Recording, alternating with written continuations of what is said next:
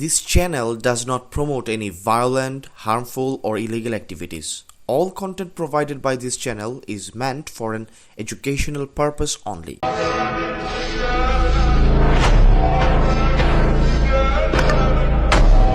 সরকার যায় সরকার আসে, কিন্তু রাজনীতির রাহুল গ্রাস থেকে মুক্ত হতে পারছে না বাংলাদেশের ক্রিকেট। দেশের ক্রিকেট এক গভীর প্রশাসনিক ও কাঠামোগত সংকটের মধ্য দিয়ে যাচ্ছে, যা রাহুল গ্রাস হিসেবেই অনেকে দেখছেন। বিসিবির বর্তমান অস্থিরতা ও সংকটের চিত্রটি সত্যিই উদ্বেগজনক। সম্প্রতি জাতীয় ক্রীড়া পরিষদ এনএসসি বাংলাদেশ ক্রিকেট বোর্ডের নির্বাচিত পরিচালনা পর্ষদ ভেঙে দিয়েছে এবং বিএনপির মন্ত্রী সংসদ সদস্যদের পরিবারের সদস্যদের রেখে 11 সদস্যের অ্যাডহক কমিটি গঠন করেছে। সদ্য গঠিত এই কমিটিকে জাতীয় সংসদের বাপের দোয়া কমিটি বলে আখ্যায়িত করেছেন জাতীয় নাগরিক পার্টির সংসদ সদস্য হাসনাত আব্দুল্লাহ। এই এখন আর বাংলাদেশ ক্রিকেট বোর্ড এটা নাই, এটা হয়ে গেছে বাপের দোয়া ক্রিকেট বোর্ডে পরিণত হয়েছে। যেভাবে দখল করা হয়েছে বাপের দোয়া ক্রিকেট বোর্ড। তার পাল্টা জবাব দিয়েছেন স্বরাষ্ট্রমন্ত্রী সালাউদ্দিন আহমেদ। তিনি বলেছেন, অন্তর্বর্তীকালীন সরকারের সাবেক উপদেষ্টা ক্ষমতার অপব্যবহার করে ক্রিকেট বোর্ডে এক নিয়ন্ত্রণ প্রতিষ্ঠা করেছিলেন, যা তদন্ত কমিটির রিপোর্টে উঠে আসে। তার ভিত্তিতেই ক্রিকেট বোর্ড ভেঙে দিয়ে নতুন আহ্বায়ক কমিটি গঠন করা হয়েছে। সর্বোচ্চ ক্ষমতা প্রয়োগ করে একতরফাভাবে ক্রিকেট বোর্ডের একটা বোর্ডিং করা। বাংলাদেশ ক্রিকেট কন্ট্রোল বোর্ডের ইন্টারিম গভর্নমেন্টের সময় তৎকালীন ক্রীড়া উপদেষ্টা ক্ষমতার প্রয়োগ করে সারা বাংলাদেশের জেলা কমিটিগুলোকে প্রভাবিত করে সেভাবে নিয়ে আসে। বাংলাদেশে যেগুলো রেজিস্টার্ড ক্লাব ছিল তাদের কাউন্সিলরদেরকে তাদেরকে প্রভাবিত করে সরকারি ক্ষমতা প্রয়োগ করে এবং হাইকোর্টে যে রিটটা দাখিল করা হয়েছিল সেটা হার্ড না করে পেন্ডিং রেখে, এখনো still it is pending with the chamber court I think, করে সর্বোচ্চ ক্ষমতা প্রয়োগ করে একতরফাভাবে ক্রিকেট বোর্ডের একটা বোর্ডিং করা। গত রোববার এক ফেসবুক স্ট্যাটাসে সাবেক ক্রীড়া উপদেষ্টা আসিফ মাহমুদও কারো নাম উল্লেখ না করে অভিযোগ করেন, অবৈধভাবে বোর্ড ভাঙার প্রক্রিয়ায় আইসিসি যেন কোনো ব্যবস্থা না নেয় তা নিশ্চিত করার লক্ষ্যে একজন স্বনামধন্য ক্রিকেটার লবিংয়ে ব্যস্ত। এর অংশ হিসেবে সম্প্রতি তিনি সাবেক বিসিবি প্রেসিডেন্ট নাজমুল হাসান পাপনের সঙ্গে লন্ডনে সাক্ষাৎ করেন। সেখানে তিনি আইসিসি প্রেসিডেন্ট অমিত শাহ পুত্র জয় শাহের সঙ্গে বৈঠকের ব্যবস্থা করে নিতে নাজমুল হাসান পাপনকে অনুরোধ জানান। মঙ্গলবার অন্তর্বর্তী সরকারের যুব ক্রীড়া উপদেষ্টা আসিফ মাহমুদ সজীব ভুইয়া নিজের অফিসিয়াল ফেসবুক পেজে একটি সিংহাসনের ছবি পোস্ট করেছেন।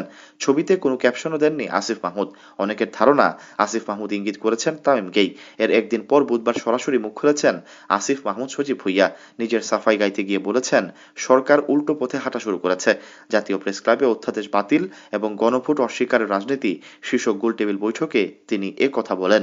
বিসিবি নির্বাচনের বিষয়ে অনেকেই বলছেন, কথা প্রসঙ্গে আসছে।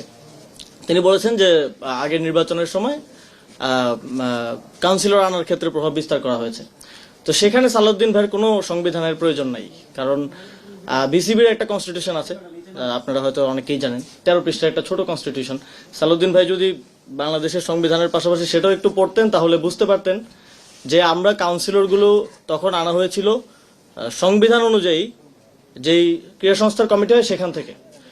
কিন্তু তারা চেয়েছিল তাদের যে ছেলেরা এখন বিসিবিতে বসেছেন তাদের নামগুলো পাঠানো হোক, যাদের স্পোর্টসের সাথে কোনো সম্পর্ক নেই, সংবিধান অনুযায়ী তাদের সেখানে আসার কোনো এখতিয়ার বা তাদেরকে নাম পাঠানোর কোনো এখতিয়ার আসলে ডিসিদের ছিল না।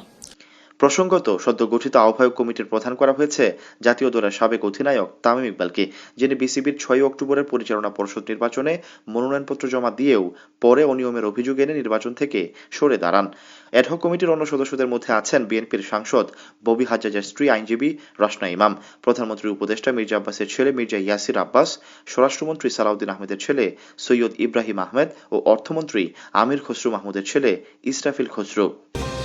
কমিটির 11 সদস্যের অন্যরা হলেন জাতীয় দলের সাবেক অধিনায়ক ও সাবেক প্রধান নির্বাচক মিনহাজুল আবেদিন, জাতীয় দলের সাবেক ক্রিকেটার ও ধারাভাষ্যকার আতাহার আলী খান, প্রাইম ব্যাংকের চেয়ারম্যান তানজিল চৌধুরী, ইস্পাহানি লিমিটেডের চেয়ারম্যান সালমান ইস্পাহানি, দ্বিতীয় বিভাগের ক্লাব ইন্দিরা রোড ক্রীড়া চক্রের কর্মকর্তা রফিকুল ইসলাম ও একমি ল্যাবরেটরিজের পরিচালক ফাহিম সিনহা। তিনি আওয়ামী লীগ আমলের সর্বশেষ বোর্ডে থাকার পাশাপাশি ছিলেন অন্তর্বর্তী সরকার আসার পর ফারুক আহমেদের বোর্ডেও। অ্যাডহক কমিটিকে আগামী 3 মাসের মধ্যে বিসিবি নির্বাচন আয়োজন করতে বলা হয়েছে। তবে এনএসসির সিদ্ধান্তকে প্রত্যাখ্যান করেছে বিদায়ী সভাপতি আমিনুল ইসলাম। মঙ্গলবার রাতে এক সংবাদ বিজ্ঞপ্তিতে তিনি দাবি করেছেন তিনি এখনো বিসিবির বৈধ সভাপতি। নির্বাচনে বেশ তোড়জোড় করেই বোর্ড পরিচালক হতে মাঠে নেমেছিলেন তামিম। বোর্ড সভাপতি হওয়ার লক্ষ্যের কথাও জানিয়ে দিয়েছিলেন পরিষ্কার, কিন্তু নির্বাচনী কৌশলে ঠিক পেরে ওঠেননি, যে কারণে শেষ মুহূর্তে জোরবদ্ধভাবে সরে দাঁড়ান নির্বাচন থেকে। মনোনয়নপত্র প্রত্যাহার করা 16 জনের মধ্যে তামিম ছাড়াও ছিলেন গতকাল গঠিত অ্যাডহক কমিটির সদস্য সৈয়দ ইব্রাহিম আহমেদ, ইসরাফিল খসরু, মির্জা ইয়াসির আব্বাস, রফিকুল ইসলাম ও ফাহিম সিনহা। তাদের সবাই বিএনপির অলিখিত সমর্থন নিয়ে নির্বাচন করতে চেয়েছিলেন। বিসিবি নিরাপত্তার অজুহাতে 2026 সালের টি-20 বিশ্বকাপ থেকে নিজেদের প্রত্যাহার করে নিয়েছে, যা বাংলাদেশ ক্রিকেটের জন্য একটি বড় ধাক্কা ছিল। স্কটল্যান্ডকে এই আসরে বাংলাদেশের স্থলাভিষিক্ত করা হয়েছিল। এছাড়া ঢাকা প্রিমিয়ার লিগের মতো গুরুত্বপূর্ণ আসরগুলো সময়মতো আয়োজন না হওয়া এবং বেতন ভাতা নিয়ে ক্লাব ও বোর্ডের দ্বন্দ্বের কারণে দেশের অন্তত 1200 ক্রিকেটার আর্থিক সংকটে পড়েছেন।